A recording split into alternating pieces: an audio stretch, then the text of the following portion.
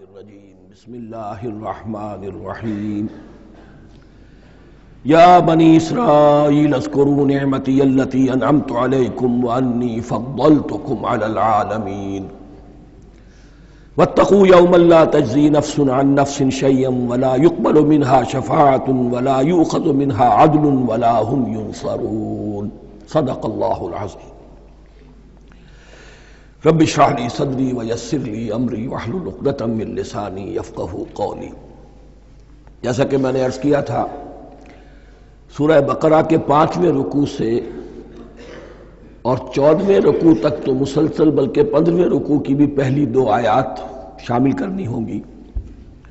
یہ 10 رکوعوں سے 2 آیات زائد ہیں کہ جن میں خطاب کل کا کل بنی اسرائیل سے ہے۔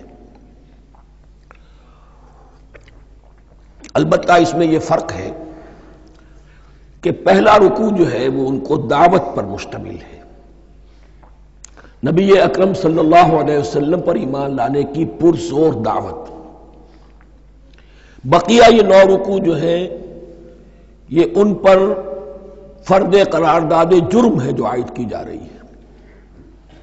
ہم نے تمہارے ساتھ یہ احسان و اکرام کیا، تم پر یہ فضل کیا، یہ کرم کیا، تمہیں یہ حیثیت دی، تمہیں یہ مقام دیا، تم نے اس طور سے اپنے اس مشن کی خلاف ورزی کی، اپنے مقام اور مرتبے کو چھوڑ کر اور دنیا پرستی اختیار کی۔ یہ جو 9 رکوع ہیں ان میں بنی اسرائیل کی تاریخ کا تو یوں سمجھیے کہ ایک بہت بڑا حصہ اور نمایاں اس کے فیچرز آئیں گے، لیکن یہ سمجھ لیجئے کہ اصل میں یہ امت مسلمہ کو بھی ایک پیشگی تنبیہ ہے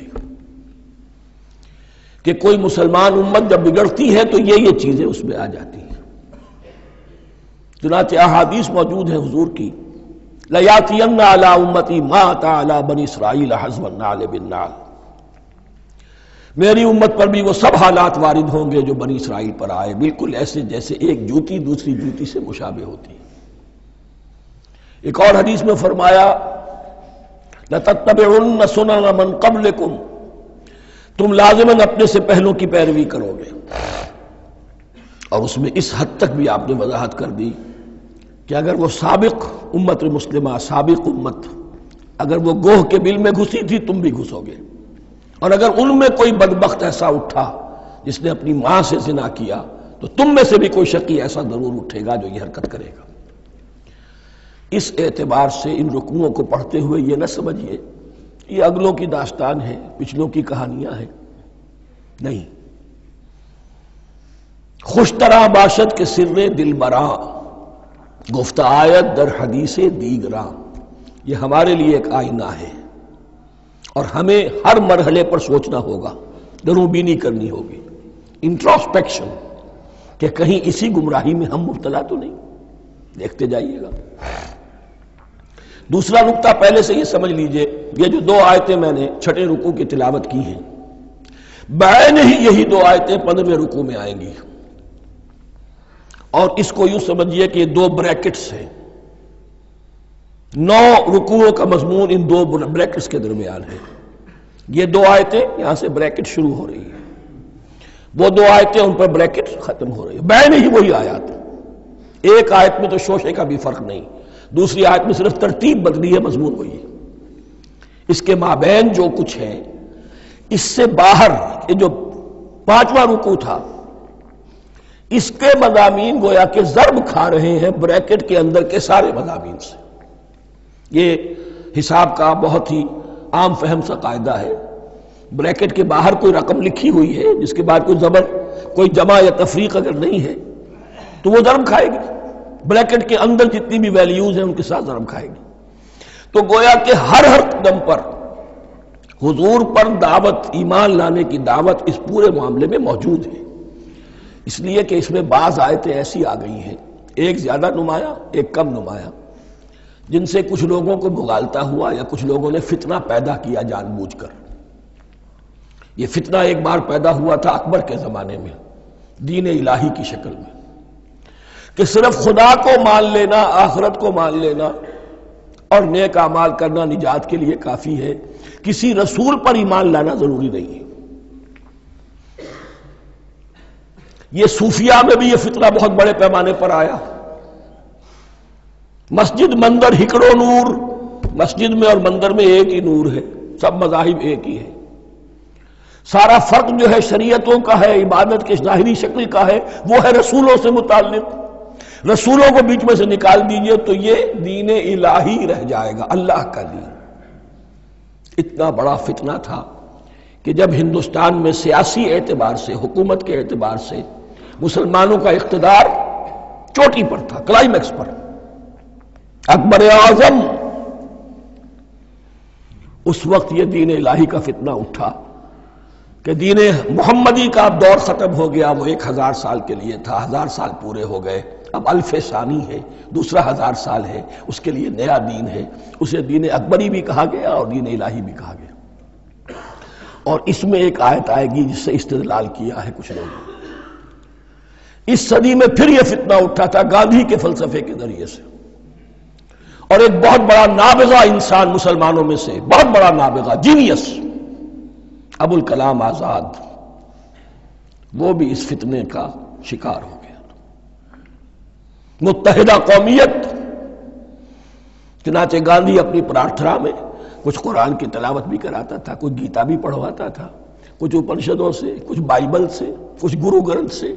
معلوم ہو یہ سب ٹھیک ہے، سب ایک ہے، سب لوگوں کو ایک ہونا چاہیے، ایک قوم ہونا چاہیے. مذہب تو انفرادی معاملہ ہے، کوئی مسجد میں چلا جائے، کوئی مندر میں چلا جائے، گردوارے میں چلا جائے، کوئی چرچ میں چلا جائے، کوئی سینیگاگ میں چلا جائے، کیا فرق واقع ہوتا ہے؟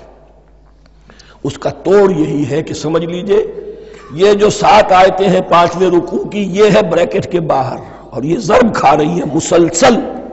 اس بریکٹوں کے درمیان جتنی بھی مضمون آ رہا ہے وہ سب ان کے تابع ہوگا. گویا کہ جہاں تک حضور پر ایمان لانے کا معاملہ ہے وہ انڈرسٹوڈ سمجھا جائے گا، مقدر سمجھا جائے گا ہر مرحلے پر ان 2 بریکٹوں کے مابین. اب چلیے بسم اللہ. یا بنی اسرائیل اذکروا نعمتی التی انعمت علیکم وانی فضلتکم علی العالمین. اے اسرائیل کی اولاد، یاد کرو میرے اس انعام کو جو تم پر ہوا، اس کی وضاحت میں کر چکا ہوں، لیکن یہاں جو الفاظ آ رہے ہیں بہت زوردار. وانی فضلتکم علی العالمین.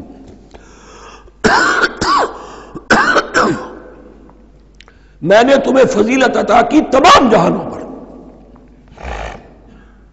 یہاں ایک قاعدہ نوٹ کر لیجئے، عربی نحو کا قاعدہ یہ ہے کہ کہیں ظرف جس میں کوئی شے ہے، ظرف کی جمع لے لیتے ہیں، مراد ہوتا ہے مظروف، ظرف کے اندر جو شے ہے اس کی جمع. تمام جہانوں پر فضیلت، کیا فرشتوں پر بھی فضیلت؟ نہیں، جہان والوں پر، تمام اقوام عالم پر تمہیں فضیلت عطا کی، یہ مطلب ہے اس کا. تمام عالموں پر، تمام جہانوں پر، یعنی تمام جہان والوں پر. اس انسان، عالم انسانیت کے اندر جتنے بھی مختلف گروہ ہیں، نسلیں ہیں، طبقات ہیں، ان میں فضیلت عطا کی.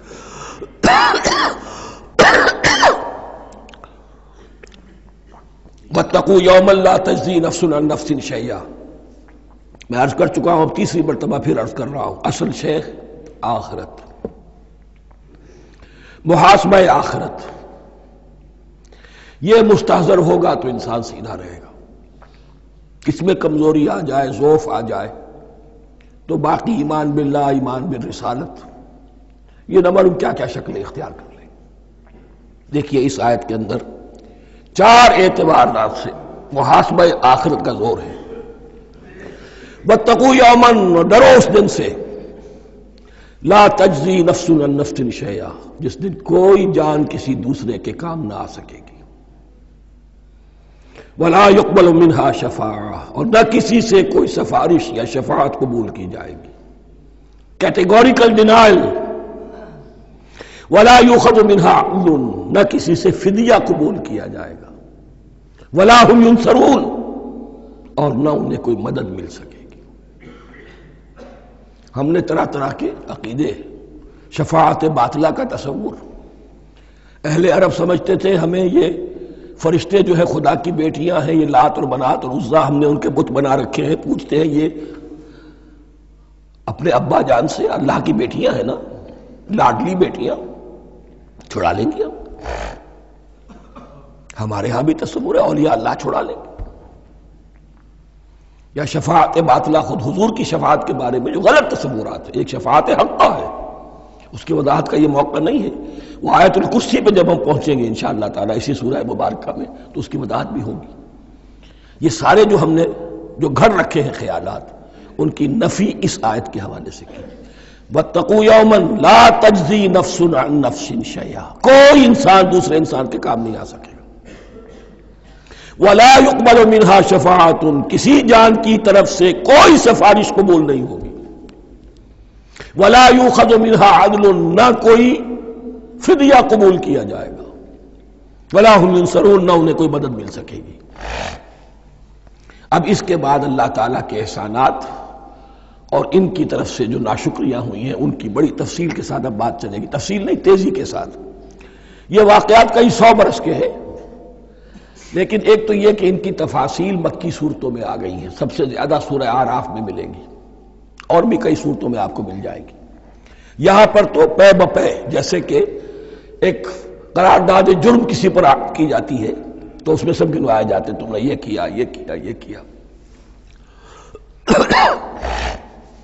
وَإِذْ نَجَّيْنَاكُمْ مِنْ آلِ فِرْعَوْنَ، اور ذرا یاد کرو جب کہ ہم نے تمہیں نجات دی تھی فرعون کی قوم سے. یسومونکم سوء العذاب، وہ تمہیں بدترین عذاب میں مبتلا کیے ہوئے تھے.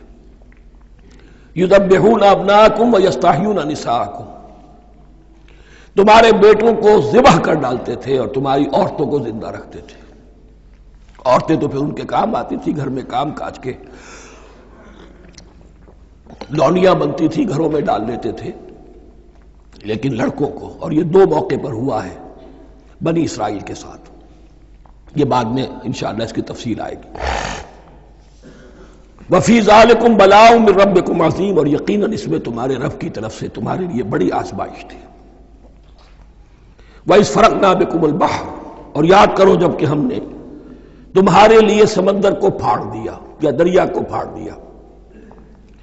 یہ ایک مختلف فی بات ہے کہ کس جگہ سے کراس کیا تھا بنی اسرائیل نے ایجپٹ سے سینائی پیننسولا آنے کے لیے جزیرہ نما سینا میں. ایک رائے یہ کہ دریائے نیل کو کراس کر کے گئے ہیں، لیکن یہ بات غلط ہے. دریائے نیل تو مصر کے اندر ہے، وہ کبھی بھی مصر کی حد نہیں بنا. کسی کی رائے یہ ہے کہ جو خلیج سویز ہے، بحر قلزم جو ہے، ریڈ سی، وہ اوپر جا کر 2 کھاڑیوں میں تبدیل ہو جاتا ہے. خلیج عقبہ مشرق کی طرف اور خلیج سویز مغرب کی طرف، اور ان کے درمیان میں یہ سینائی پیننسولا جو ہے یہ تکون ہے. جیسے ہندوستان بھارت تکون ہے، ایسے یہ پیننسولا ہے، انڈین پیننسولا، سینائی پیننسولا. اور یہ سویز کینال تو بعد میں بنی ہے. خلیج سویز اور میڈیٹرینین بحیرہ روم کے درمیان یہ کچھ چھوٹی چھوٹی، اگرچہ چھوٹی تھی سمندر کے لحاظ سے، بہت بڑی بڑی جھیلیں تھیں، اور ان جھیلوں ہی کو پھر جوڑ جوڑ کر درمیان میں جو خشکی تھی اس کو کاٹ کر سویز کینال بنائی گئی ہے. اب تو یہ مسلسل ایک رابطہ ہے، لیکن معلوم ہوتا ہے کہ یا تو خلیج سویز کو کراس کیا ہے حضرت موسیٰ علیہ السلام نے، اور یہی میری رائے زیادہ یہی ہے، اس لیے کہ کوہ طور جو ہے وہ اس پیننسولا کی ٹپ پر ہے، نیچے ہے یہاں، جہاں پر ان کا قیام رہا اور جہاں پھر حضرت موسیٰ کو 40 دن کے لیے کوہ طور پر بلا کر اور پھر انہیں تورات دی گئی ہے. تو معلوم ہوتا ہے کہ جو خلیج سویز ہے اسے کراس کیا ہے. کراس کس طرح کیا ہے کہ حضرت موسیٰ کے عصا کی ایک ضرب سے سمندر پھٹ گیا. فَكَانَ كُلُّ فِرْقٍ كَالطَّوْدِ الْعَظِيمِ، دونوں طرف چٹانوں کے مانند پہاڑ کی طرح جو ہے وہ سمندر کھڑا ہو گیا، اس کے راستے سے یہ نکل گئے. اور پھر جب فرعون اور اپنا لشکر لے کر جب آیا ہے اس نے سوچا ہم بھی نکل جائیں، وہ غرق ہو گئے، اس لیے کہ دونوں طرف کا پانی آپس میں مل گیا. یہ تھی کیفیت، اور معجزانہ کیفیت تھی. یہ کوئی فطرت کے یا نیچر کے اصول کے مطابق بات نہیں تھی، اور میں عرض کر چکا ہوں، آپ کو بتا چکا ہوں معجزہ کسے کہتے ہیں. وَإِذْ فَرَقْنَا بِكُمُ الْبَحْرَ فَأَنْجَيْنَاكُمْ، جب ہم نے تمہارے لیے یا تمہارے ساتھ سمندر کو پھاڑ دیا، تمہارے لیے، تمہارے گزرگاہ بنانے کے لیے، تو تمہیں تو نجات دے دی. وَأَغْرَقْنَا آلَ فِرْعَوْنَ وَأَنْتُمْ تَنظُرُونَ، اور تمہاری نگاہوں کے سامنے فرعون کے لاؤ لشکر کو غرق کیا، تم دیکھ رہے تھے. یہ گزر چکے تھے، اس ساحل پر کھڑے ہیں، ادھر سے یہ داخل ہوئے ہیں اور پانی دونوں طرف سے آ کر مل گیا اور یہ غرق ہو گئے۔ وَإِذْ وَعَدْنَا مُوسَىٰ 40 لَيْلَةً، اور یاد کرو پھر جب کوہ طور پر ہم نے موسیٰ کو 40 دن کے لیے بلایا۔ ثُمَّ اتَّخَذْتُمُ الْعِجْلَ، ان کی غیر حاضری میں تم نے بچھڑے کی پرستی شروع کر دی، اسے معبود بنا لیا، من بعدہ، اس کی غیر موجودگی میں، وَأَنْتُمْ ظَالِمُونَ، تم بہت بڑا ظلم تھا جس کا ارتکاب کیا۔ ان الشرک لظلم عظیم، عظیم ترین ظلم جو ہے وہ شرک ہے، اور شرک جلی کی یہ شکل کہ بچڑے کو پوج رہے۔ ثم عفونا عنکم من بعد ذلک، پھر ہم نے تمہیں اس کے بعد بھی معاف کیا، یہ ہمارا کرم رہا ہے، ہماری رحمت رہی۔ من بعد ذلک لعلکم تشکرون، تاکہ تم شکر کرو۔ وَإِذْ آتَيْنَا مُوسَى الْكِتَابَ وَالْفُرْقَانَ لَعَلَّكُمْ تَهْتَدُونَ، اور یاد کرو جب کہ ہم نے موسیٰ کو کتاب اور فرقان عطا فرمائی۔ یہ فرقان حق اور باطل کے درمیان فرق کر دینے والی چیز، اور کتاب عام طور پر جو آتا ہے وہ شریعت کے لیے آتا ہے، شریعت بھی دی، کتاب بھی دی اور فرقان بھی دیا، لعلکم تہتدون، تاکہ تم ہدایت پاؤ۔ وَإِذْ قَالَ مُوسَىٰ لِقَوْمِهِ، اور یاد کرو جب کہ کہا تھا موسیٰ نے اپنی قوم سے، یا قوم انکم ظلمتم انفسکم باتخاذکم العجل، اے میری قوم کے لوگو، یقیناً تم نے اپنے اوپر بڑا ظلم کیا ہے بچڑے کو معبود بنا کر۔ فتوبوا الی بارئکم، پس توبہ کرو اپنے پروردگار، اپنے خالق کی جناب میں۔ باری، باری اللہ تعالیٰ ہے، باری۔ فاقتلوا انفسکم، تو قتل کرو اپنے آپ کو۔ یہ چیز جو ہے تورات میں تفصیل سے آئی ہے، قرآن میں نہیں ہے۔ اسی اعتبار سے میں نے آپ کو بتایا تھا کہ تورات کا مطالعہ اس اعتبار سے مفید ہے کہ بہت سے واقعات جن کا قرآن میں ذکر ہے، اجمالاً اشارہ ہے، اس کی تفصیل کے لیے ہمیں تورات سے رجوع کرنا پڑتا ہے، ورنہ یہ کہ اس آیت کا صحیح مفہوم واضح نہیں ہوگا۔ فاقتلوا انفسکم، اپنے آپ کو قتل کرو، کیا مانی؟ یہ قتل مرتد کی سزا ہے۔ وہاں معلوم ہوتا ہے کہ حضرت موسیٰ نے یہ حکم دیا، 12 قبیلے تھے، ہر قبیلے میں سے کچھ لوگوں نے یہ کفر اور شرک کیا، باقی لوگوں نے نہیں کیا۔ انہیں حکم دیا گیا کہ اپنے قبیلے کے لوگ ان کو قتل کریں جو ان کے قبیلے میں سے اس کفر کے مرتکب ہوئے۔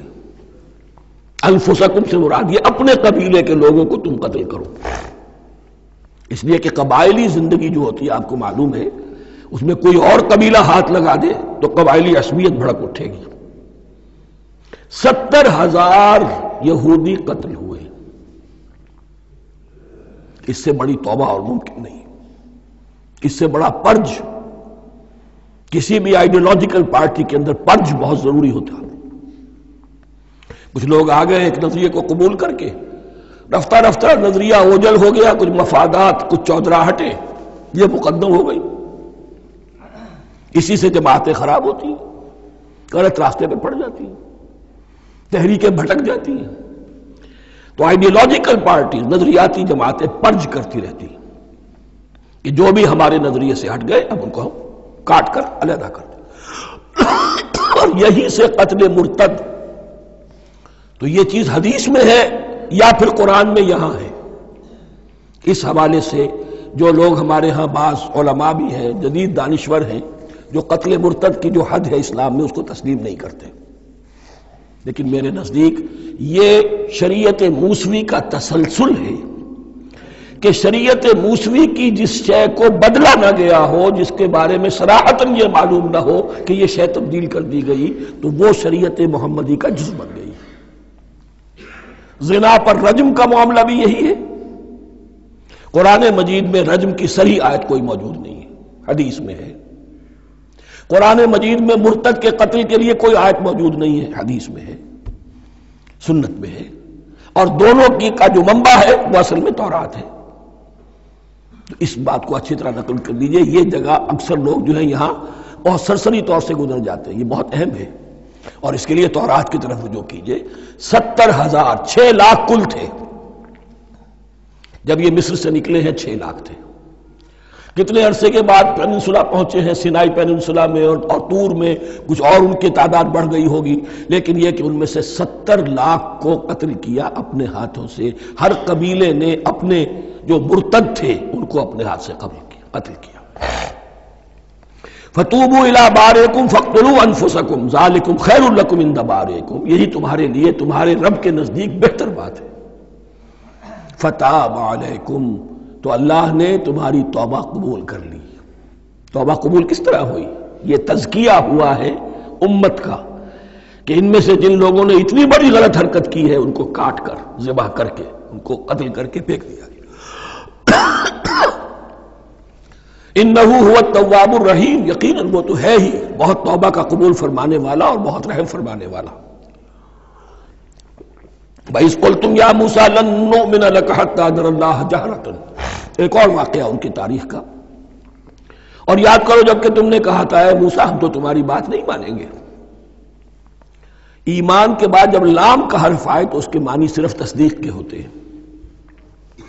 لن نؤمن لک، ہم آپ کی بات کی تصدیق نہیں کریں گے، حتی نر اللہ جہرتن، جب تک کہ ہم دیکھ نہ لیں اللہ کو عیانن. ہمیں کیا پتا اللہ نے یہ کتاب دی آپ کو، آپ تو لے کر آ گئے. ہمارے سامنے تو پتھر کی کچھ تختیاں ہیں، اس پہ کچھ لکھا ہوا، کس نے لکھا ہمیں کیا پتا. اب دیکھیے ایک حضرت موسیٰ کی خواہش تھی رب ارنی انظر الیک، وہ کچھ اور شے تھی. یہ تخریبی ذہن ہے جو یہ کہہ رہا ہے کہ ہم بھی چاہتے ہیں کہ اللہ کو اپنی آنکھوں سے دیکھیں اور معلوم ہو کہ واقعی اس نے یہ کتاب آپ کو دی ہے. فَأَخَذَتْكُمُ الصَّاعِقَةُ، تو تمہیں آپ پکڑا ایک بہت بڑی کڑک نے، ایک بہت بڑی کڑک ہوئی اور سب کے سب مردہ ہو گئے. وَأَنْتُمْ تَنظُرُونَ، تمہارے دیکھتے دیکھتے ایک کڑک نے تمہیں آ لیا. ثُمَّ بَعَثْنَاكُمْ مِنْ بَعْدِ مَوْتِكُمْ، پھر ہم نے تمہیں دوبارہ اٹھایا تمہاری موت کے بعد. بعض لوگ اس کی یہ تعویل کر رہے ہیں کہ یہ موت نہیں تھی بلکہ بے ہوش ہو گئے تھے، یعنی جو بھی کڑک تھی اس کی وجہ سے سب کے سب بے ہوش ہو کے گر گئے. لیکن میرے نزدیک یہاں تعویل کی ضرورت نہیں. بعث بعد الموت اللہ کے لیے کوئی مشکل نہیں. ہم الفاظ کو خواب کاہے کو ان کے اصل جو مفہوم ہے جو کہ صاف ہے صریح ہے اس سے خواب کاہے کے لیے موڑ کر لے کر جائے. ثم بعثناکم من بعد موتکم لعلکم تشکرون، تاکہ تم شکر کرو. وظللنا علیکم الغمام وانزلنا علیکم المن والسلوى، اور ہم نے تم پر ابر کا سایہ کیا. اب 6 لاکھ کا قافلہ چل رہا ہے، سینائی پیننسولا، صحرا، کوئی اوٹ نہیں، کوئی سایہ نہیں، دق و دق، دھوپ کی تبش. تو اللہ کا فضل ہوا کہ ایک سائے کی طرح ابر جو ہے ان کے ساتھ ساتھ جہاں جہاں وہ جا رہے ہیں وہ ابر ان پر سایہ کیے ہوئے. وَأَنزَلْنَا عَلَيْكُمُ الْمَنَّ وَالسَّلْوَىٰ، کھانے کو کچھ نہیں تو من اور سلوہ نازل کیے گئے. من ایسے اترتا تھا رات کے وقت کہ جیسے شبنم کے قطرے ہوتے ہیں، لیکن وہ ہوتا تھا کسی ایسی چیز کا جس میں شیرینی تھی، اور پھر وہ زمین پر آ کر جم کر وہ ایک گویا کے دانہ بن جاتے تھے. یہ ان کا اناج ہو گیا. کاربوہائیڈریٹ سپلائی اس سے ہو گئی من سے. اور سلوہ ایک خاص قسم کا پرندہ بٹیر کی شکل کا جو بے پناہ بڑی تعداد میں ان کے بڑے بڑے جھنڈ آتے تھے شام کے وقت، اور وہ ان کے ڈیرا جہاں ہوتا تھا اس کے گرد وہ اتر آتے تھے، اور رات کی تاریکی میں یہ آسانی سے ان کو پکڑتے تھے، ان کو کھاتے تھے بھون کر، اور یہ ان کی پروٹین ہو گئی. پوری غذا جو ہے اللہ تعالیٰ نے ان کو فراہم کر دی. وَأَنزَلْنَا عَلَيْكُمُ الْمَنَّ وَالسَّلْوَىٰ كُلُوا مِن طَيِّبَاتِ مَا رَزَقْنَاكُمْ، کھاؤ ان پاکیزہ چیزوں کو جو ہم نے تمہیں عطا کی ہیں. وَمَا ظَلَمُونَا، ہم نے تو ان پر کوئی ظلم نہیں کیا. وَلَٰكِن كَانُوا أَنفُسَهُمْ يَظْلِمُونَ، لیکن وہ خود ہی اپنے اوپر ظلم ڈھاتے رہے، ہر قدم پر نافرمانی اور ناشکری. اس کی بھی ناشکری آگے آ جائے گی چل کر، من و سلوہ سے بھی ناشکری کی انہوں نے. وَإِذْ قُلْنَا ادْخُلُوا هَٰذِهِ الْقَرْيَةَ فَكُلُوا مِنْهَا حَيْثُ شِئْتُمْ رَغَدًا وَادْخُلُوا الْبَابَ سُجَّدًا وَقُولُوا حِطَّةٌ نَغْفِرْ لَكُمْ خَطَايَاكُمْ. اور یاد کرو جب کہ ہم نے تم سے کہا تھا اس شہر میں داخل ہو جاؤ اور پھر کھاؤ اس میں سے بافراغت جہاں سے چاہو جو چاہو، لیکن دیکھنا دروازے میں داخل ہونا جھک کر اور کہتے رہنا مغفرت مغفرت مغفرت، ہم تمہاری خطاؤں سے درگزر فرمائیں گے۔ اس آیت کو سمجھنے کے لیے ذرا تاریخی بات سمجھ لیجئے۔ صحرائے سینا میں آنے کے بعد، اور یہ جو کتاب تورات انہیں مل گئی تھی، اس کے بعد حضرت موسیٰ علیہ السلام کے ہی زمانے میں انہیں جہاد اور قتال کا حکم ہوا۔ اس سے پوری قوم نے انکار کر دیا، یہ سورہ مائدہ میں آئے گا۔ اس پر اللہ تعالیٰ نے ایک سزا مسلط کر دی ان پر کہ 40 برس تک اسی صحرا میں بھٹکتے پھریں گے۔ اگر یہ ابھی قتال کرتے، جہاد کرتے، تو پورا فلسطین ان کے ہاتھ پر ابھی فتح کرا دیتے، لیکن چونکہ انہوں نے بزدلی دکھائی ہے، اب سزا یہ ہے فَإِنَّهَا مُحَرَّمَةٌ عَلَيْهِمْ 40 سَنَةً يَتِيهُونَ فِي الْأَرْضِ، اب 40 برس تک یہ اسی صحرا میں بھٹکتے پھریں گے، اور ارض فلسطین جو ان کے لیے ارض موعود تھی وہ ان پر حرام کر دی گئی 40 سال کے لیے۔ اس 40 سال کے عرصے میں حضرت موسیٰ کا بھی انتقال ہو گیا، حضرت ہارون کا بھی ہو گیا، اور اس عرصے میں ایک نئی نسل پیدا ہوئی۔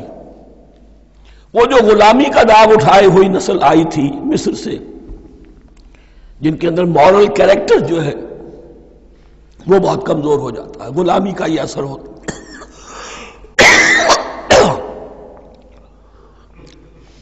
وہ پوری نسل ختم ہو گئی، نئی نسل اب پیدا ہوئی، 40 برس صحرا میں پیدا ہوئے، یہی پلے بڑھے، ان میں اب ایک جذبہ تھا۔ حضرت موسیٰ کے پھر جو خلیفہ تھے یوشع ابن نون، جوشوا، تورات میں ان کا نام جوشوا ہے، یوشع، ان کی سرکردگی میں اب بنی اسرائیل کی اس نئی نسل نے قتال کیا، جنگ کی، اور پہلا شہر جو فتح ہوا وہ اریحا۔ آج بھی وہ شہر جو ہے جیریکو جو آپ دیکھتے ہیں خبروں کے اندر آتا ہے بار بار، اریحا اس کا پرانا نام ہے، یہ شہر فتح ہوا۔ اس فتح کی بات کا تذکرہ ہو رہا ہے، یاد کرو جب کہ ہم نے تم سے کہا تھا اس بستی میں، اس شہر میں داخل ہو جاؤ فاتحانہ، اور پھر جو کچھ یہاں ہے، جو نعمتیں ہیں ان سے متمتع ہو، کھاؤ پیو، لیکن داخل ہونا سجدہ کرتے ہوئے، مراد کیا، جھک کر، یعنی ایسا نہ ہو کہ تکبر کی وجہ سے تمہاری گردنیں اکڑ جائیں، گردنیں جھکا کر اللہ کا احسان مانو، یہ نہ سمجھو کہ یہ فتح تم نے حاصل کی۔ اس کی تفسیر اصل میں نظر آتی ہے حضور کی شخصیت میں، کہ جب فتح مکہ کے موقع پر مکے میں داخل ہوئے ہیں تو جس سواری پر آپ بیٹھے ہوئے تھے، آپ کی پیشانی اس کی گردن کے ساتھ جڑی ہوئی تھی۔ یہ وقت ہوتا ہے جب کہ تکبر اور تعالی، فاتح کی حیثیت سے آنا، اور بندہ مومن کے لیے یہی وقت ہے تواضع کا، جھکنے کا۔ وَقُولُوا حِطَّةٌ، حتیٰ یہود تو کہتے ہیں جھاڑ دینے کو، تو اس کے معنی کیا ہے، اے اللہ ہمارے گناہ جھاڑ دے، مغفرت، اے اللہ ہمیں مغفرت، ہماری مغفرت فرما، جو خطائیں ہو گئی بخش دے۔ قولوا حِطَّةٌ، تمہاری زبان پر استغفار ہونا چاہیے، تمہاری گردنیں جھکی ہوئی ہونی چاہیے۔ نغفر لکم خطایاکم، اگر تم اس پر عمل کرو گے ہم تمہاری خطائیں جو ہیں انہیں معاف فرما دیں گے۔ وسنزید المحسنین، اور جو تم میں محسن ہوں گے انہیں اور بھی زیادہ دیں گے، اور انعام و اکرام آئیں گے۔ فبدل الذین ظلموا قولا غیر الذی قیل لہم، تو ان میں سے جو ظالم تھے، جو بد کردار تھے، انہوں نے بدل دیا، ایک اور قول اختیار کر لیا اس قول کی جگہ جو انہیں کہا گیا تھا حتہ حتہ، انہوں نے کہنا شروع کیا ہنتا ہنتا، ہمیں تو گیہوں چاہیے۔ یہ بعد میں ابھی آ جائے گا اگلے رکوع کے اندر، کہ من و سلوہ سے ان کی طبیعتیں بھر گئی تھی ایک ہی چیز کھا کھا کے۔ اب وہ کہہ رہے تھے کوئی چیز ہمیں جو ہے زمین کی روئندگی میں سے، پیداوار میں سے، تو وہ ان کے زبان پر انہوں نے مذاق اڑاتے ہوئے گویا کہ حضرت موسیٰ علیہ السلام کے ذریعے سے حکم ملا ہے، استہزاء کر رہے ہیں، حتۃ کی بجائے حنتۃ۔ فَأَنزَلْنَا عَلَى الَّذِينَ ظَلَمُوا رِجْزًا مِنَ السَّمَاءِ بِمَا كَانُوا يَفْسُقُونَ، تو جن لوگوں نے یہ حرکت کی تھی ان پر ہم نے آسمان سے ایک بہت بڑا عذاب نازل کیا۔ تورات سے معلوم ہوتا ہے کہ پلیگ آئی اور جنہوں نے یہ حرکت کی تھی وہ سب کے سب ہلاک ہو گئے یریکو کے اندر، بما کانوا یفسقون، بسبب اس نافرمانی کے جو انہوں نے کی۔ وَإِذِ اسْتَسْقَىٰ مُوسَىٰ لِقَوْمِهِ فَقُلْنَا اضْرِب بِّعَصَاكَ الْحَجَرَ۔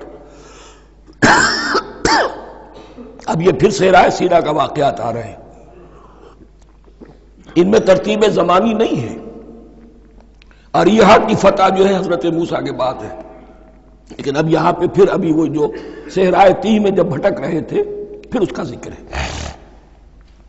وَإِذِ اسْتَسْقَىٰ مُوسَىٰ لِقَوْمِهِ فَقُلْنَا اضْرِب بِّعَصَاكَ الْحَجَرَ، اور جب کہ موسیٰ کی قوم نے موسیٰ سے پانی طلب کیا۔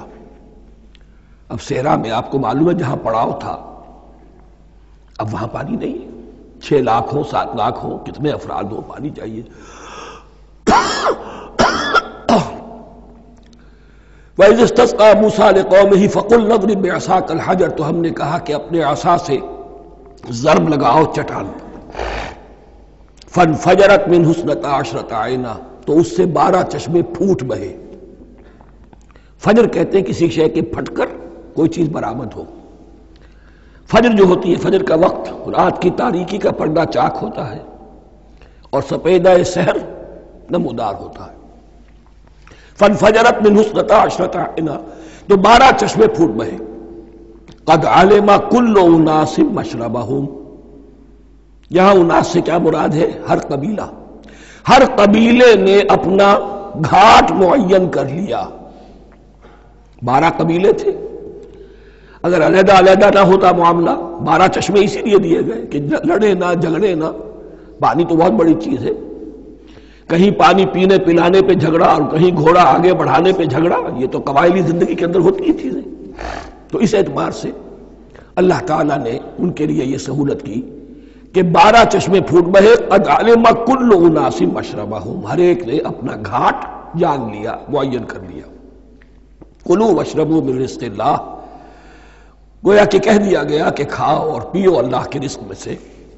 ولا تعثوا فی الارض مفسدین، اور زمین میں فساد مچاتے نہ پھرو۔ کھانے پینے کے لیے پانی بھی ادھر آ گیا، کھانے کے لیے من و سلوہ آ گیا۔ اب دیکھیے ان کی ناشکری۔ وَإِذْ قُلْتُمْ يَا مُوسَىٰ لَن نَّصْبِرَ عَلَىٰ طَعَامٍ وَاحِدٍ، یاد کرو جب کہ تم نے کہا تھا اے موسیٰ ہم ایک کھانے پر تو صبر نہیں کر سکتے، کھا کھا کے بکتا گئے ہیں من و سلوہ۔ فَادْعُ لَنَا رَبَّكَ، تو ذرا اپنے رب سے دعا کرو، پکارو ہمارے لیے اپنے رب کو۔ یخرج لنا، وہ نکالے ہمارے لیے، مما تنبت الارض، زمین کی روئیدگی اور پیداوار میں سے، نباتات ارضی میں سے، من بقلہا، اس کی ترکاریاں، وقصائہا، اور ککڑیاں، کھیرے اور ککڑیاں، ان سب کے لیے یہ لفظ ہے۔ وفومہا، ایک ترجمہ گیہوں کیا گیا ہے لیکن میرے نزدیک زیادہ صحیح ترجمہ ہے لہسن، اور سرائے کی زبان میں بھی اور ممکن ہے کہ سندھی میں بھی ہو تھوم، تھوم کہتے ہیں لہسن کو، یہ فوم کی بدلی ہوئی شکل ہے، اس لیے کہ یہی علاقہ ہے جس میں عرب آئے تھے، تو عربوں کی زبان کے بہت سے الفاظ جو ہیں سرائے کی زبان میں خاص طور پر وہ بہت زیادہ، تو تھوڑی سی شکل بدل کر وہ کافی تعداد میں موجود ہے۔ وعدسہا، اور دال خاص طور پر مسور کی، وبصلہا، اور پیاز۔ اب جو چٹخارے جس سے بنتے ہیں سالن کے، ان کی زبانیں وہ چٹخارے مانگ رہی۔ ظاہر بات ہے کہ اگر وہ سلوا بھی تھا، بٹیرا ہے، اسے آگ کے اوپر ذرا سا تپایا اور کھایا، وہ ایک ہی خاص قسم کی غذا ہے جو چل رہی ہے۔ اسی طرح من جو ہے وہ ایک خاص قسم کا سیریل ان کے لیے بن گیا ہے، لیکن یہ جو چٹخارے ہیں یہ تو لہسن سے ہے، پیاز سے ہے، ترکاریوں سے ہے، ان تمام چیزوں سے، دال کا اپنا ایک ذائقہ ہے۔ قَالَ تَسْتَبْدِلُونَ الَّذِي هُوَ أَدْنَىٰ بِالَّذِي هُوَ خَيْرٌ، حضرت موسیٰ نے فرمایا کیا تم وہ شے بدلے میں لینا چاہتے ہو اس کے، کیا وہ شے جو کمتر ہے بدلے میں چاہتے ہو اس کے کہ جو بہتر ہے؟ من و سلوہ کہیں بہتر ہے اللہ کی طرف سے جو تمہیں دیا گیا ہے، تم اس سے تمہارا جی بھر گیا ہے، اس کو ہاتھ سے دے کر چاہتے ہو کہ یہ ادنا چیزیں تمہیں ملے۔ اہبتوا مصرا، اب یہ لفظ آ گیا اہبتوا، اب ظاہر بات ہے یہ آسمان سے زمین پر اترنے کے لیے لفظ نہیں ہے اہبتوا، یہاں اس کا ترجمہ صحیح ہوگا سیٹل ڈاؤن سم ویئر، اگر زمین کی یہ چیزیں چاہیے تو کہیں سیٹل ہو جاؤ اور کاشت کرو، بیج ڈالو، آبیاری کرو، یہ ساری چیزیں تمہیں مل جائیں۔ اہبطوا مصرا، کہیں سیٹل ڈاؤن ہو جاؤ، کہیں اتر پڑو کسی بستی میں، کسی علاقے میں، فإن لکم ما سألتم، تمہیں مل جائے گا جو کچھ کہ تم نے مانگا۔ وَضُرِبَتْ عَلَيْهِمُ الذِّلَّةُ وَالْمَسْكَنَةُ وَبَاءُوا بِغَضَبٍ مِّنَ اللَّهِ۔ اب یہ ہے ان کی وہ خباثتیں، ان کے وہ ناشکریاں، ان کی وہ معصیتیں، ان پر جو آخری حکم دیا جا رہا ہے، جو اگر آپ برا نہ مانیں تو میں عرض کروں گا آج یہود پر اتنا اپلیکیبل نہیں ہے جتنا مسلمانوں پر ہے۔ ضربت علیہم الذلۃ والمسکنۃ وباؤوا بغضب من اللہ۔ ذلت اور مسکنت، کم ہمتی ان پر تھوپ دی گئی۔ ضربت علیہم، it was heaped upon them، the humiliation was heaped upon them۔ ضربت علیہم الذلۃ والمسکنۃ وباؤوا بغضب من اللہ، اور وہ اللہ کا غضب لے کر لوٹے۔ وہی امت جس کے بارے میں فرمایا وَأَنِّي فَضَّلْتُكُمْ عَلَى الْعَالَمِينَ، اسی امت کا پھر یہ حشر ہوا۔ کیوں ہوا؟ نافرمانی۔ تمہیں کتاب دی تھی کہ تم پیروی کرو، تمہیں کتاب دی تھی کہ اسے قائم کرو۔ وَلَوْ أَنَّ أَهْلَ الْكِتَابِ أَقَامُوا التَّوْرَاةَ وَالْإِنْجِيلَ وَمَا أُنزِلَ إِلَيْهِم مِّن رَّبِّهِمْ لَأَكَلُوا مِن فَوْقِهِمْ وَمِن تَحْتِ أَرْجُلِهِمْ۔ اگر یہ تورات اور انجیل کو قائم کرتے، نافذ کرتے، تو نعمتیں زمین بھی اگلتی، ان کے قدموں کے نیچے سے نعمتیں جو ہیں وہ پھوٹتی، اور ان کے سروں کے اوپر سے بھی بارش ہوتی نعمتوں کی۔ لیکن اگر تم نے اس کو چھوڑ کر اپنی خواہشات، اپنے نظریات، اپنے خیالات، اپنا تمرد، اپنی سرکشی، اپنی حاکمیت، اپنی مصلحتیں، اپنی عقل، اس کو بالا تر کیا، تو پھر جو قوم اللہ کے قانون کی، اللہ کی ہدایت کی، اللہ کی کتاب کی امین ہوتی ہے دنیا میں، وہ اللہ کی ریپرزنٹیٹو ہوتی ہے، نمائندہ ہوتی ہے۔ اگر وہ اپنے عمل سے مس ریپرزنٹ کرے اللہ کو، تو وہ کافروں سے بڑھ کر مغضوب اور کافروں سے بڑھ کر مبغوض ہو جاتی ہے۔ مغضوب بھی، مبغوض بھی۔ کافروں کو تو دین پہنچانا تمہارے ذمہ تھا، تم نے دین ان کو کیا پہنچانا تھا، تم تو خود دین سے منحرف ہو گئے۔ آج اس جگہ پر امت مسلمہ کھڑی ہے کہ 1.25 بلین یا 1.5 بلین، 125 کروڑ عزت نام کی شے نہیں ہے، کہ عزت نام تھا جس کا گئی تیمور کے گھر سے۔ سارے معاملات دنیا کے G7 G15 کے ہاتھ میں ہیں۔ سیکیورٹی کونسل اس کے پرماننٹ ممبر کا ویٹو ہے، اور نہ سیکیورٹی کونسل میں اور نہ کہیں کسی G7 میں، نہ G9 میں، نہ G15 میں کوئی مسلمان ملک نہیں۔ کسنمی پرست کی بھیا کیستی، ہماری اپنی پالیسیز کہیں اور طے ہوتی ہیں، ہمارے اپنے بجٹ کہیں اور بنتے ہیں، ہماری صلح اور جنگ کسی اور کے اشارے سے ہوتی ہے۔ ریموٹ کنٹرول، یہ ذلت اور مسکنت۔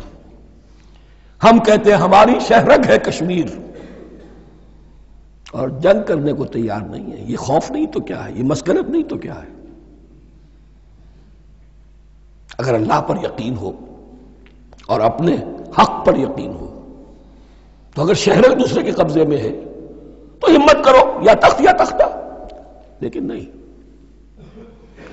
آپ کے ریڈیو پر، ٹیلی ویژن پر خبریں آتی رہیں کہ اتنی مسلمانوں کے ساتھ یہ کر دیا، اتنی مسلمان عورتوں کی بے حرمتی کر دی، لیکن یہاں ہم بیٹھے ہوئے اپنے اپنے دھندوں میں، اپنے اپنے کاروبار میں، اپنی اپنی ملازمتوں میں، اپنے اپنے کیریئرز میں۔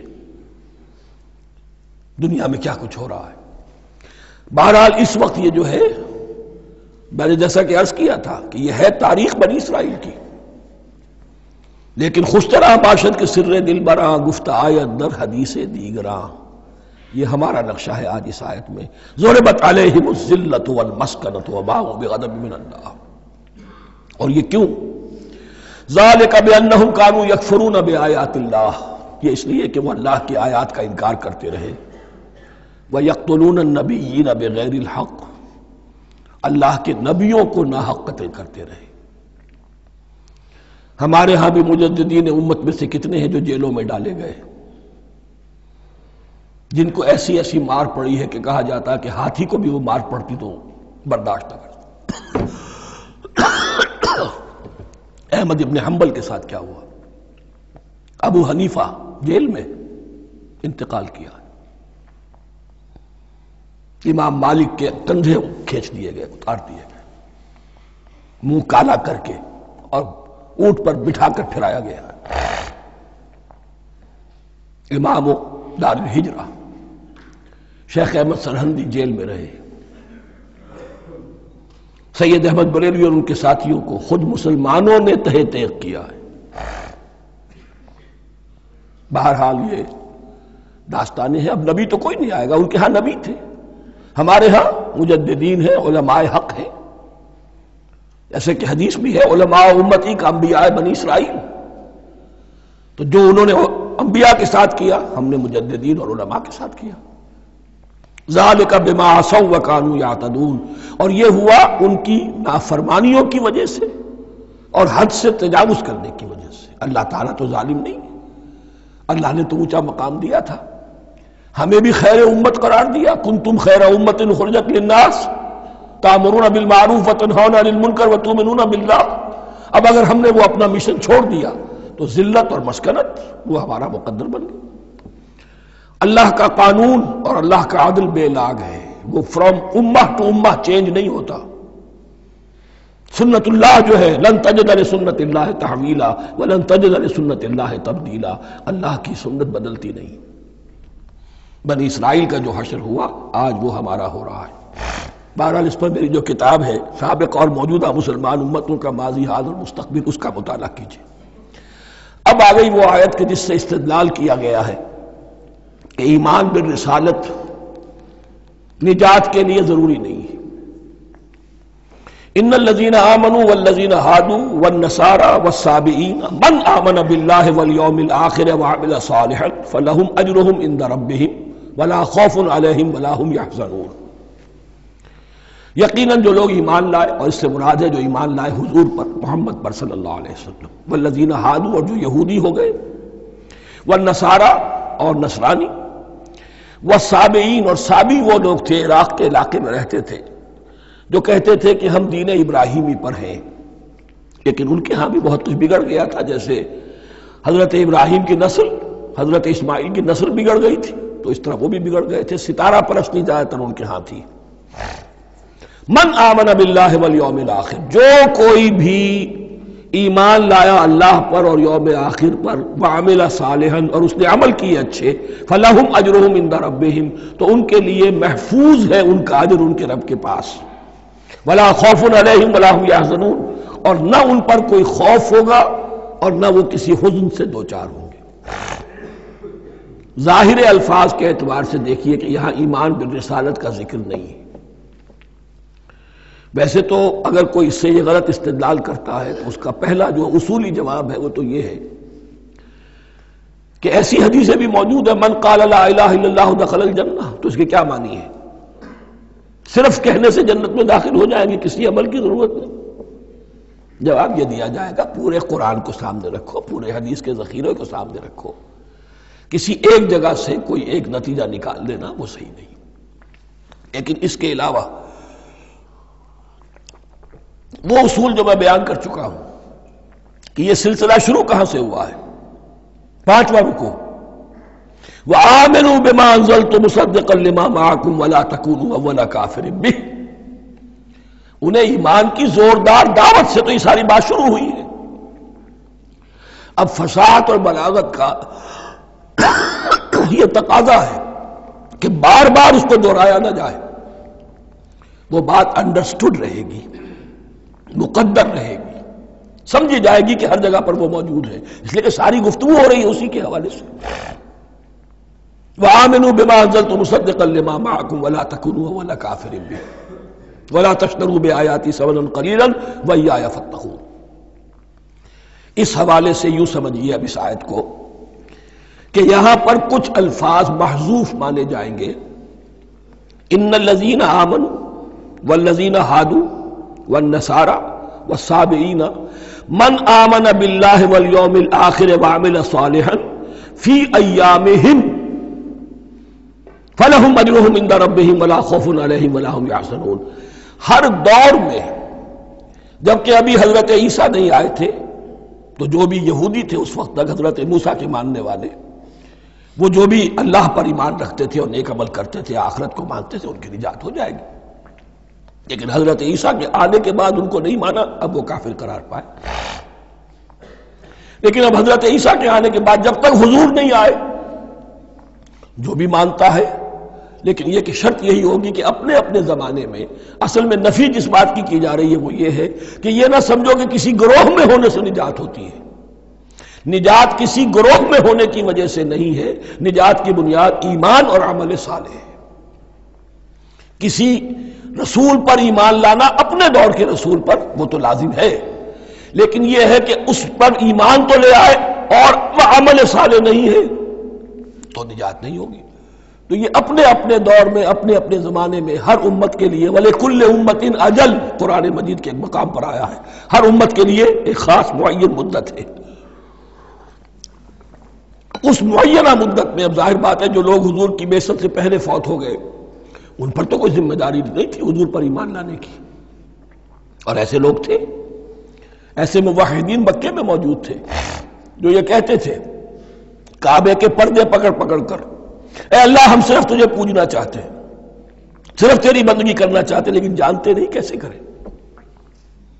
یہ بات موجود تھی اور ان کا انتقال بھی ہو گیا. یہ زید، سعید ابن زید، سعید جو حضرت عمر کے بہنوئی تھے اور وہ عشرہ مبشرہ میں سے ہیں، ان کی اہلیہ حضرت فاطمہ بنت خطاب، ان دونوں کے ایمان کو اللہ نے ذریعہ بنایا حضرت عمر کے ایمان کا. اور یہ والد تھے سعید کے زید، وہ یہ کہتے ہوئے دنیا سے چلے گئے حضور کی ابھی بعثت ہی نہیں ہوئی تھی، اے اللہ میں صرف تیری بندگی کرنا چاہتا ہوں، کیسے کروں یہ نہیں جانتا.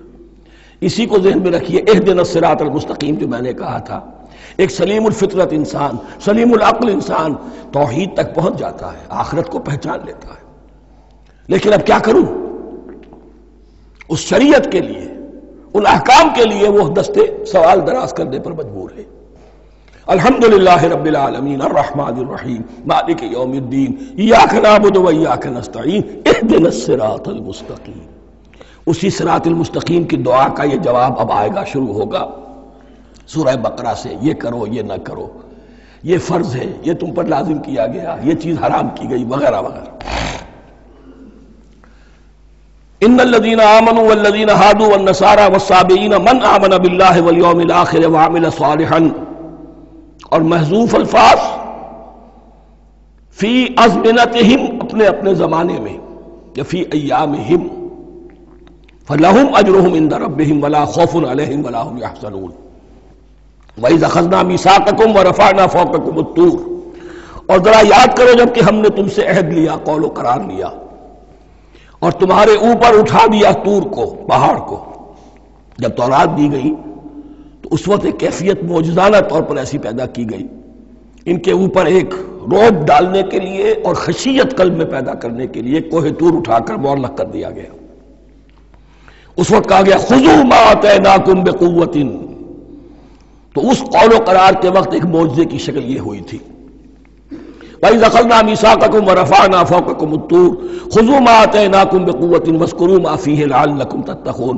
پکڑو اس کو مضبوطی کے ساتھ جو ہم نے تمہیں دیا ہے، اس حدیث، اس کتاب کو، تورات کو، اس شریعت کو، ان احکام کو. وَاذْكُرُوا مَا فِيهِ، اور یاد رکھو اسے جو کچھ کہ اس میں ہے، لَعَلَّكُمْ تَتَّقُونَ، تاکہ تم بچ سکو. ثُمَّ تَوَلَّيْتُم مِّن بَعْدِ ذَلِكَ، پھر تم نے روگردانی کی اس کے بعد، اس میثاق کو توڑا، میثاق الست کو توڑا تھا، اور دوسرے یہ میثاق شریعت جو تم سے لیا گیا اس کو بھی توڑا. ثم تولیتم من بعد ذلک فلولا فضل اللہ علیکم ورحمتہ لکنتم من الخاسرین. پھر اگر اللہ کا فضل تمہارے شامل حال نہ ہوتا اور اس کی رحمت تمہاری دستگیری نہ کرتی رہتی، بار بار تمہیں معاف کیا، تمہیں مہلت دی، تو اگر یہ چیز نہ ہوتی تو اسی وقت سے تم خسارہ پانے والے اور تباہ ہونے والے ہو جاتے۔ وَلَقَدْ عَلِمْتُمُ الَّذِينَ اعْتَدَوْا مِنْكُمْ فِي السَّبْتِ، اور تمہیں خوب معلوم ہے تم میں سے وہ لوگ جنہوں نے سبت کے قانون کو توڑا، حد سے تجاوز کیا۔ یہ واقعہ تفصیل کے ساتھ سورہ اعراف میں آئے گا کہ ان کی شریعت میں ہفتے کا روز معین کر دیا گیا تھا، کوئی دنیاوی کام نہیں ہوگا۔ آج بھی وہ لوگ جو ہے سبت کو، جو بھی پریکٹسنگ جیوز ہیں، وہ اس کی پابندی کرتے ہیں اور بڑی شدت سے کرتے ہیں۔ لیکن ایک زمانے میں ایک خاص ان کا قبیلہ تھا کہ جس نے ایک بڑے ہی شرعی ہیلہ ایجاد کر کے اس قانون کی دھجیاں بکھیری۔ تفصیل ہم پڑھیں گے سورہ اعراف میں۔ وَلَقَدْ عَلِمْتُمُ الَّذِينَ اعْتَدَوْا مِنْكُمْ فِي السَّبْتِ، اور تمہارے علم میں ہے تمہارے وہ لوگ کہ جنہوں نے سبت کے قانون کے ضمن میں خلاف ورزی کی، فَقُلْنَا لَهُمْ كُونُوا قِرَدَةً خَاسِئِينَ، تو ہم نے کہہ دیا ان کو کہ ہو جاؤ ذلیل بندر۔ ان کی شکلیں بس کر دی گئی، انہیں بندروں کی شکل میں تبدیل کر دیا گیا۔ فَجَعَلْنَاهَا نَكَالًا لِمَا بَيْنَ يَدَيْهَا، پھر ہم نے اس واقعے کو یا اس بستی کو ایک بنا دیا مثال، لوگوں کے لیے ان کی عبرت کے سامان بنا دیا، ان کے لیے بھی جو سامنے موجود تھے اس زمانے کے لوگ، اور ان کے لیے بھی جو بعد میں آنے والے تھے۔ وَمَوْعِظَةً لِّلْمُتَّقِينَ، اور اسے ایک نصیحت، ایک سبق آموزی کی بات بنا دیا اہل تقویٰ کے لیے۔ وَإِذْ قَالَ مُوسَىٰ لِقَوْمِهِ إِنَّ اللَّهَ يَأْمُرُكُمْ أَن تَذْبَحُوا بَقَرَةً، اور یاد کرو جب کہ موسیٰ نے اپنی قوم سے کہا یقیناً اللہ تمہیں حکم دیتا ہے کہ گائے کو ذبح کرو۔ یہ واقعہ میں پہلے آپ کو بتا دوں، پھر ہم یہ آیات تیزی سے پڑھ لیں گے۔ بنی اسرائیل میں ایک شخص قتل ہو گیا، عامیل نامی، اور قاتل کا پتہ نہیں چل رہا تھا۔ اللہ تعالیٰ نے حضرت موسیٰ کے ذریعے سے حکم دیا کہ ایک گائے کو ذبح کرو اور اس کے جسم کے ایک ٹکڑے سے اس مردے کو چھو، وہ جی اٹھے گا اور وہ بتا دے گا میرا قاتل کون ہے۔ اب یہ کہ یہ معجزات کی شکل ہے جو بار بار آ رہے ہیں، اور سابق اس امت کے اندر معجزات کا آپ کو بہت عمل دخل ملے گا۔ اس میں ایک تو یہ کہ گائے کو ذبح کرنا، وہ گائے کے تقدس کا جو ان کے دل میں ذہن میں تھا، تو ذبح کرنے سے اس کے اوپر بھی گویا کہ ایک تلوار چلائی گئی، اور پھر انہیں دکھا بھی دیا گیا کہ ایک آدمی زندہ بھی ہو سکتا ہے، بعد سے بعد الموت کا بھی ایک نقشہ دکھا دیا گیا انہیں۔ لیکن انہیں جب یہ حکم ملا اور ان کے دلوں کے اندر وہ بچڑے کی اور گائے کی تقدیس جو ہے وہ پلی ہوئی تھی، اب انہوں نے سوال کر کے کسی طریقے سے بچنے کے لیے مین بیخ نکالی، کیسی گائے ہو، کیا رنگ ہو، کس طرح کی ہو، کس عمر کی ہو۔ بالآخر یہ کہ جب ہر طرف سے گھیراؤ ان کا ہو گیا اور سب چیزیں جو ہیں ان کے سامنے واضح کر دی گئیں، تب انہوں نے یوں سمجھیے چاروں ناچار بادل ناخواستہ اس حکم پر عمل کیا۔ بس اب ترجمہ کر لیجئے۔ وَإِذْ قَالَ مُوسَىٰ لِقَوْمِهِ إِنَّ اللَّهَ يَأْمُرُكُمْ أَن تَذْبَحُوا بَقَرَةً، اور یاد کرو جب کہ موسیٰ نے کہا اپنی قوم سے کہ اللہ حکم دیتا ہے تمہیں کہ ایک گائے کو ذبح کرو۔ قَالُوا أَتَتَّخِذُنَا هُزُوًا، انہوں نے کہا کہ آپ ہمارے ساتھ کوئی ٹھٹھا کر رہے ہیں، مذاق اڑا رہے ہیں، یہ کیا بات آپ کہہ رہے ہیں؟ قَالَ أَعُوذُ بِاللَّهِ أَنْ أَكُونَ مِنَ الْجَاهِلِينَ، فرمایا میں اللہ کی پناہ طلب کرتا ہوں اس سے کہ میں جاہلوں میں سے ہو جاؤں، کہ میں ان دین کے معاملات کے اندر استہزاء اور تمسخر کو شامل کر دوں۔ قالوا ادع لنا ربك يبين لنا ما هي، اب انہوں نے کہا اچھا ایسی بات ہے تو ذرا اپنے رب سے دعا کیجئے کہ وہ ہم پر واضح کر دے کہ وہ کیسی ہو۔ قال انه يقول، حضرت موسیٰ نے فرمایا اللہ تعالیٰ فرماتا ہے انها بقرة لا فارض ولا بکر، وہ ایک ایسی گائے ہونی چاہیے کہ جو نہ بوڑھی ہو نہ بالکل بچھیا ہو، عوان بین ذالک، ان کے بین بین ہو۔ فَفَعَلُوا مَا تُؤْمَرُونَ، تو اب کر گزرو جو تمہیں حکم دیا گیا۔ قَالُوا ادْعُ لَنَا رَبَّكَ يُبَيِّن لَنَا مَا لَوْنُهَا، اب انہوں نے پھر کہا ذرا ایک دفعہ اور دعا کیجئے اپنے رب سے، وہ ہمیں بتا دے اس کا رنگ کیسا ہونا چاہیے۔ قَالَ إِنَّهُ يَقُولُ إِنَّهَا بَقَرَةٌ صَفْرَاءُ فَاقِعٌ لَوْنُهَا تَسُرُّ النَّاظِرِينَ، فرمایا اللہ فرماتا ہے کہ وہ گائے ایسی ہونی چاہیے زرد رنگ، شوخ رنگ، شوخ زرد رنگ کی، چمکیلی، جو دیکھنے والوں کو خوب اچھی لگے، پسند آئے، دل میں کھپ جانے والی۔ اب جو زیادہ سے زیادہ ان کے ہاں مقدس سمجھے جاتے تھی گائے، رفتہ رفتہ سوال کر کے اگر پہلے ہی حکم پر وہ کر دیتے تو کسی بھی گائے کو ذبح کر دیتے، لیکن یہاں گھیراؤ ان کا ہو رہا ہے کہ جس کی تقدس کا ان کے ذہن میں زیادہ سے زیادہ تاثر ہے اسی کو واضح کیا جائے۔ قالوا ادع لنا ربک یبین لنا ما ہی، پھر انہوں نے کہا ذرا اللہ سے دعا کیجئے اور وہ ہمیں یہ بتائے کہ وہ کیسی ہو۔ ان البقرہ تشابہ علینا، یقیناً ہم کچھ شبہ میں پڑ گئے ہیں، یہ گائے کا معاملہ مشتبہ ہو گیا ہے ہم پر۔ قال انہ یقول، فرمایا اللہ فرماتا ہے انہا بقرۃ لا ذلول تثیر الارض ولا تسقی الحرث، وہ ایک ایسی گائے ہونی چاہیے کہ جو کوئی جس سے مشقت نہ لی جاتی ہو، نہ وہ ہل جوتتی ہو اور نہ وہ رہٹ کا پانی کھینچتی ہو۔ تسیر الارض، نہ تو وہ زمین کو جوتنے میں ہل چلانے میں کام نہیں لی جائے، ولا تسقی الحرث، اور نہ کھیتی کو پانی پلانے کے لیے وہ پانی کھینچنے میں استعمال کیا جائے۔ مسلمتن، اور پوری سالم ہونی چاہیے، یک رنگ، لا شیۃ فیہا، اس میں کسی دوسرے رنگ کا کوئی داغ تک نہ ہو۔ اب کیا کرتے، گھیراؤ میں آ گئے۔ قالوا الآن جئت بالحق، کہا انہوں نے کہ ٹھیک ہے اب تو آپ نے بات جو ہے پوری طریقے سے واضح کر دی۔ فذبحوها وما كانوا يفعلون، تب انہوں نے اس کو ذبح کیا اور وہ کرنے والے نہیں تھے، دل میں نہیں تھا، بادل ناخواش تھا۔ اب دیکھیے یہاں ترتیب ذرا واقعے کی جو ہے مختلف ہو گئی ہے، جو اس ذبح بقرہ کا سبب تھا وہ بعد میں بیان ہو رہا ہے، تورات میں چونکہ واقعات کو اس طریقے سے بیان کیا ہے لہذا وہاں ترتیب دوسری ہے۔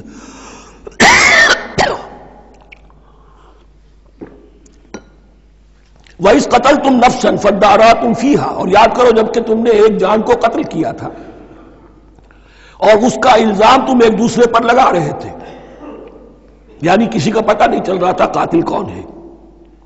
وَاللَّهُ مُخْرِجٌ مَا كُنتُمْ تَكْتُمُونَ، اور اللہ تعالیٰ فیصلہ کر چکا تھا کہ جو کچھ تم چھپا رہے ہو اسے نکال کر رہے گا، واضح کرے گا۔ فَقُلْ نَضْرِبُوهُ بِبَعْضِهَا، تو ہم نے حکم دیا کہ اس کی لاش کو اس گائے کے ایک ٹکڑے سے، اس کے جسم کے ایک حصے سے ضرب لگاؤ۔ کذالک یحیی اللہ الموتیٰ، اور دیکھو اس طریقے سے اللہ مردوں کو زندہ کر دے گا۔ تھوڑی دیر کے لیے وہ زندہ ہوا اور اس نے اپنے قاتل کا نام بتا دیا۔ وَيُرِيكُمْ آيَاتِهِ لَعَلَّكُمْ تَعْقِلُونَ، اور وہ تمہیں دکھاتا ہے اپنی آیات تاکہ تم عقل سے کام لو۔ اب جو الفاظ آ رہے ہیں بہت سخت ہیں، بہت سخت ہیں، لیکن ان کو پڑھتے ہوئے دروں بینی ضرور کیجیے گا، اپنے اندر جھانکیے گا۔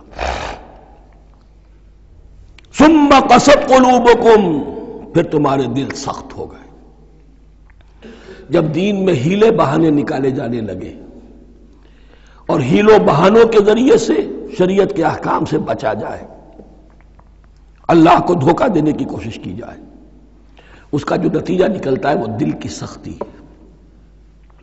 ثم قست قلوبکم، پھر تمہارے دل سخت ہو گئے۔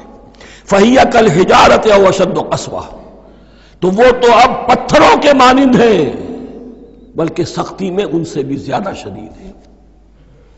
یہ ویسے بھی فصاحت اور بلاغت کا بھی بڑا ایک عمدہ مقام ہے قرآن کا۔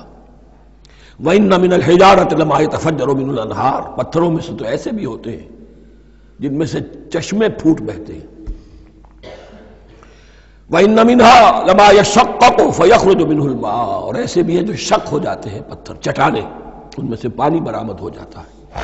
وَإِنَّ مِنْهَا لَمَا يَهْبِطُ مِنْ خَشْيَةِ اللَّهِ، اور ان میں وہ بھی ہوتے ہیں جو اللہ کے خوف سے گر پڑتے ہیں۔ وَمَا اللَّهُ بِغَافِلٍ عَمَّا تَعْمَلُونَ، اور اللہ تعالیٰ غافل نہیں ہے اس سے کہ جو تم کر رہے ہو۔ یہ کیفیت جو ہے ثم قست قلوبکم فَهِيَ كَالْحِجَارَةِ وَأَشَدُّ قَسْوَةً، ہے کون؟ یا بنی اسرائیل اذکروا نعمتی التی انعمت علیکم وانی فضلتکم علی العالمین، جن پر 1400 برس ایسے گزرے کہ کوئی لمحہ ایسا نہ تھا کہ نبی موجود نہ ہو، جنہیں 3 کتابیں دی گئیں، لیکن یہ کہ اپنی بدعملی، عقائد میں بھی مین بیخ کر کے اپنے آپ کو بچانے کے راستے نکال لینا، اعمال میں بھی ہیلوں کے ذریعے سے، کتاب الحیل کے ذریعے سے اپنے آپ کو ذمہ داریوں سے مبرہ کر لینا، اس کا نتیجہ پھر یہ نکلتا ہے۔ اللہ تعالیٰ مجھے اور آپ کو اس انجام بد سے بچائے۔